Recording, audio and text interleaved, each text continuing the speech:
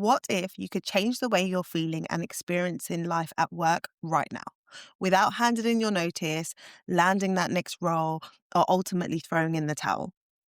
In today's episode, I'm sharing 3 practical things you can do that will make a massive difference to how you're experiencing your work life day to day, and that will bring you an incredible amount of peace. Whether you're building out your next thing, getting ready to make a move, or simply trying to survive, in the meantime, this episode is for you. So grab your notebook and let's get into it. Welcome to the Career Changemaker podcast.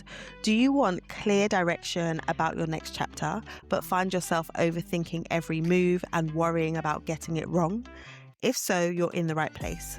Hey, I'm Janine Esbrand, corporate lawyer turned career coach, keynote speaker, and mother of 2. And I've discovered how to gain real career clarity and build an impactful career on my terms without sacrificing security or burning out.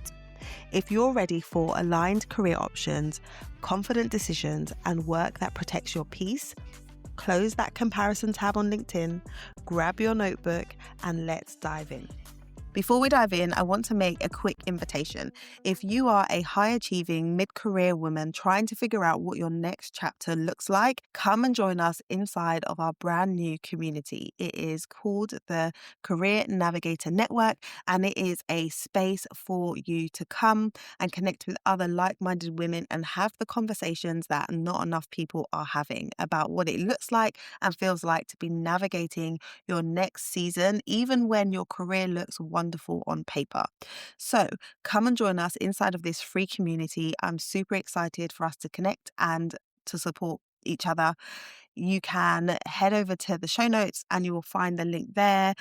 Or you can go to the website careerchangemakers.com/community and you can sign up to join us. I want to start by sharing a story about a client of mine. She was a lawyer, really talented, successful, ambitious, and working within a big organization. And seemingly everything was going well, but she was miserable. And for a long time, she had assumed that the problem was practicing law itself. When she first came to me, she was saying, I think I need to do a complete career change and do something different because right now I am feeling frustrated, I am feeling miserable, and I don't like how everything has panned out. So when we started working together, we did what I normally do with all clients at the beginning, of audit, understand what is actually going wrong and why is it that you're feeling the way that you're feeling. And as we dug into that first phase of the career change maker process, we were able to discover that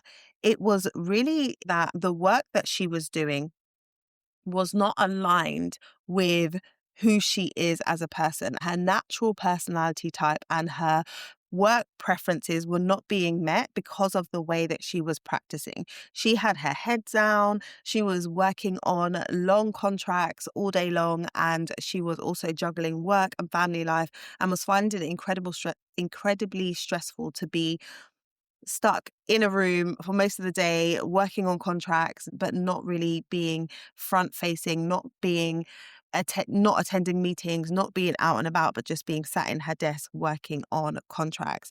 And when we started to really unpack what elements of her role she enjoyed versus what she didn't enjoy, a picture was emerging and it was becoming clear that part of the reason why she was frustrated is because she is absolutely a people person. She's the type of person that needs to be engaging with people on a regular basis. She's the type of person that loves to be presenting on stages and speaking to different people.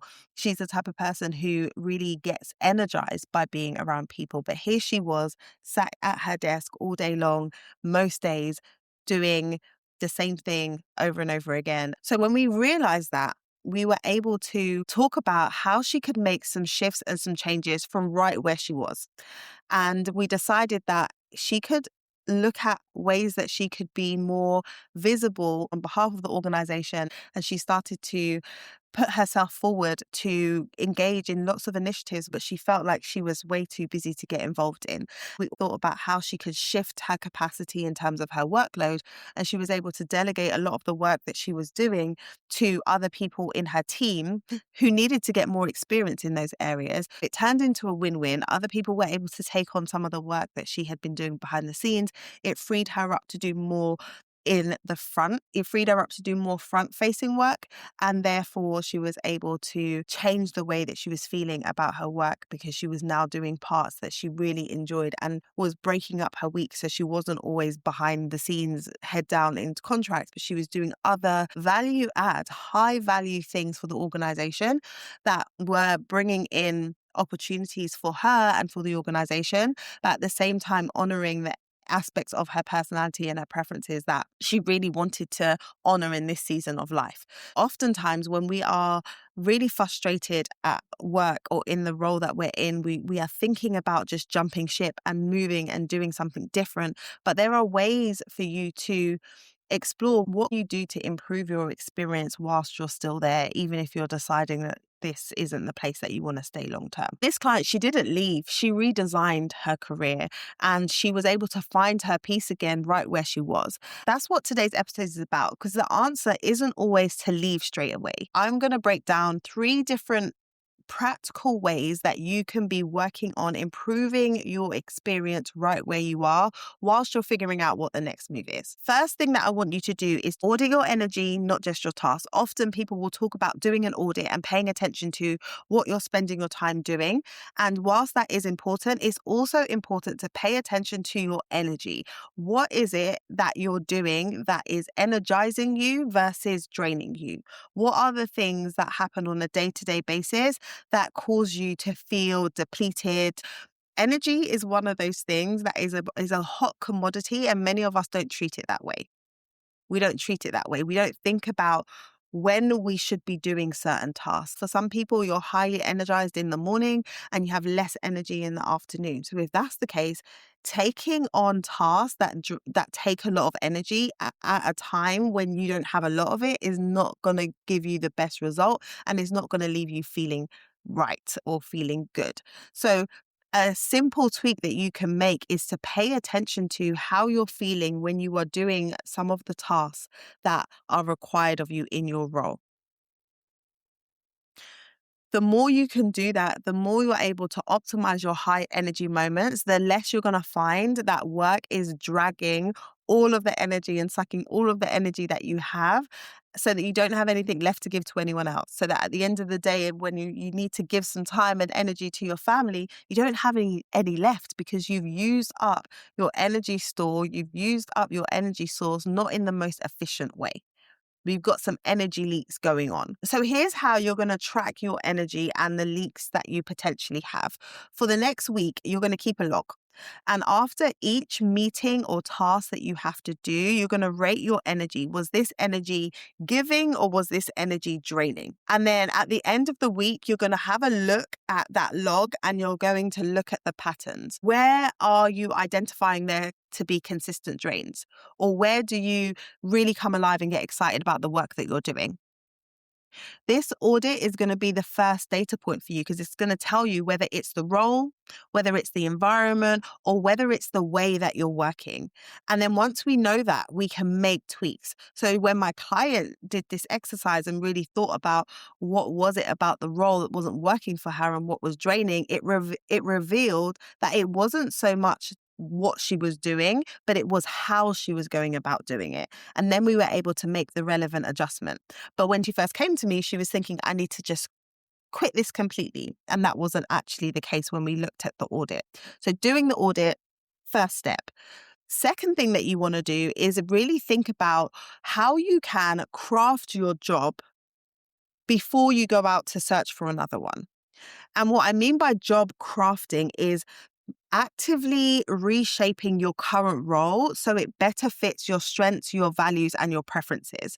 Often when we get into a role, we are taught what is required, and sometimes you might be taking it over from someone else, and that person is going to share with you the way that they approach certain tasks to get everything done.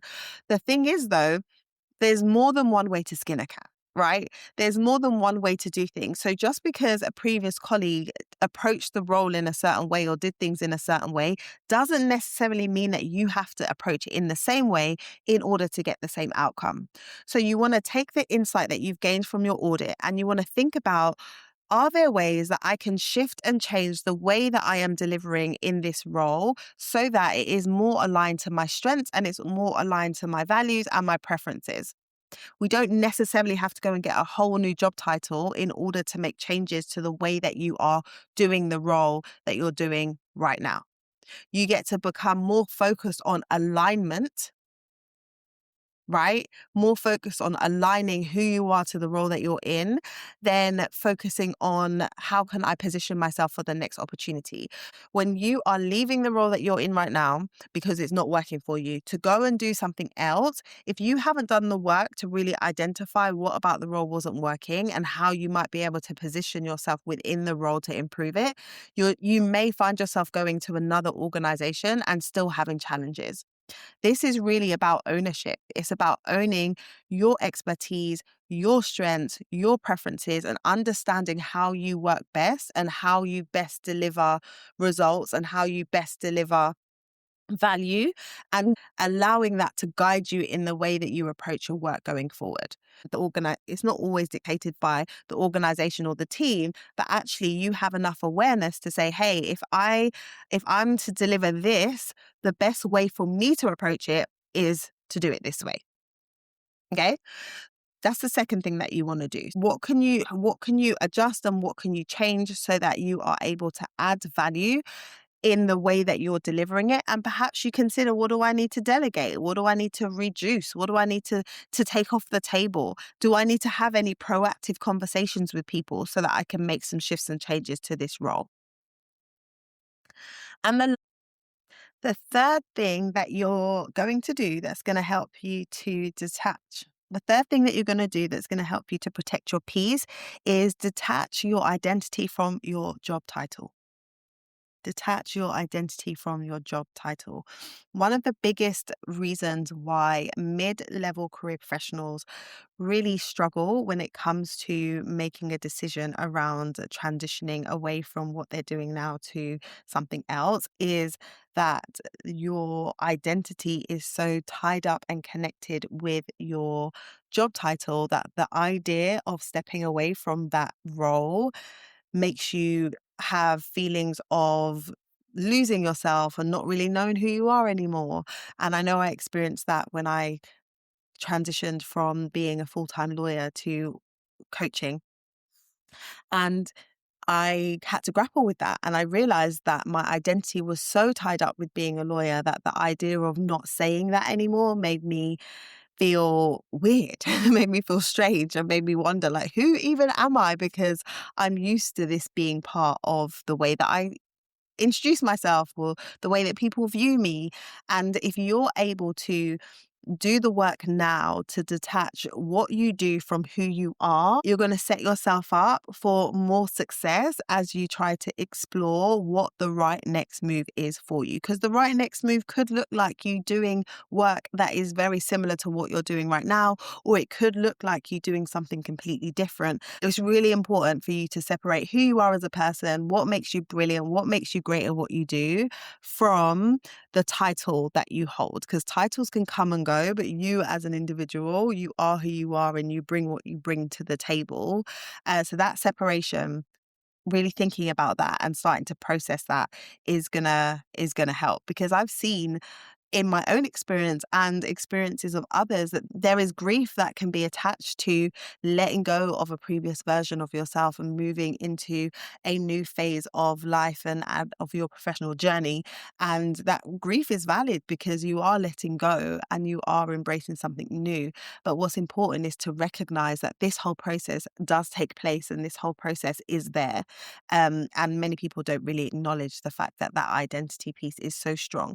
So as you start to separate what you do from who you are and really think about what are the skills, what are the values, what are the pieces of wisdom that you have gained through the work that you've done, and how has it shaped you as a person, but recognize that that work isn't necessarily the thing that made you who you are. It was you doing the work and you interacting with those experiences and the learnings and the lessons that you've taken away from that. And when you meet new people, do you just lead with your job title and what you do, or are there other areas of you and your experience that you like? When you are separating yourself from your title, you're not letting go of ambition. You're not saying that I'm not wanting to do great in the work that I do professionally. It's just that you are not allowing that to be your sole anchor, and instead you're thinking about yourself from different angles and what you bring to the table just because of who you are as a person, or your personality and your being, rather than really focusing on the aspect of doing and what you do and what you show up to do. That's what I wanted to share with you. You can protect your peace and you can shift the way that you are experiencing life right now without making any moves to or any changes to your role or your environment. You can change things by adjusting how you're viewing your energy and really auditing your energy. And then you want to think about, can I craft this role differently? Can I show up differently in this role because it aligns with me as a person better? Get the same results, but do it in a way that is more aligned. And then lastly, you want to be thinking about, how tied am I to this role and the title, and how can I start to detach the two so that I'm able to see more clearly what the next step is for me and the next path that I want to take. I hope this is helpful for you, and it shows you some of the things that you can be doing in the meantime while you're figuring out what the next move looks like. There is work that you can do right now that's going to make things easier, but also set you up for success later. If this episode resonated with you, and if you want to go deeper with this and you are ready to redefine your career and really figure out how you can leverage everything that you've been doing so far and redirect it into a new direction that's going to be a good fit for you, then I invite you to book a clarity call with me and we can explore whether working together could be a good fit. So if you go to www.careerchangemakers.com/clarity call, you can book a call with me. The link is also in the show notes, and I would love for us to chat. All right, that's all for now, and I will speak to you very, very soon. Hey, ambitious woman, I hope you enjoyed today's episode. If so, would you take 30 seconds to follow the show and share it with someone who may be quietly rethinking their next chapter? Also, please leave a review. It really helps this message reach more ambitious women ready for career clarity, and it lights me up to know that this podcast is helpful to you. Until next time, go and take one strategic step forward, and I'll meet you back here in a few days for another episode. Let's keep building.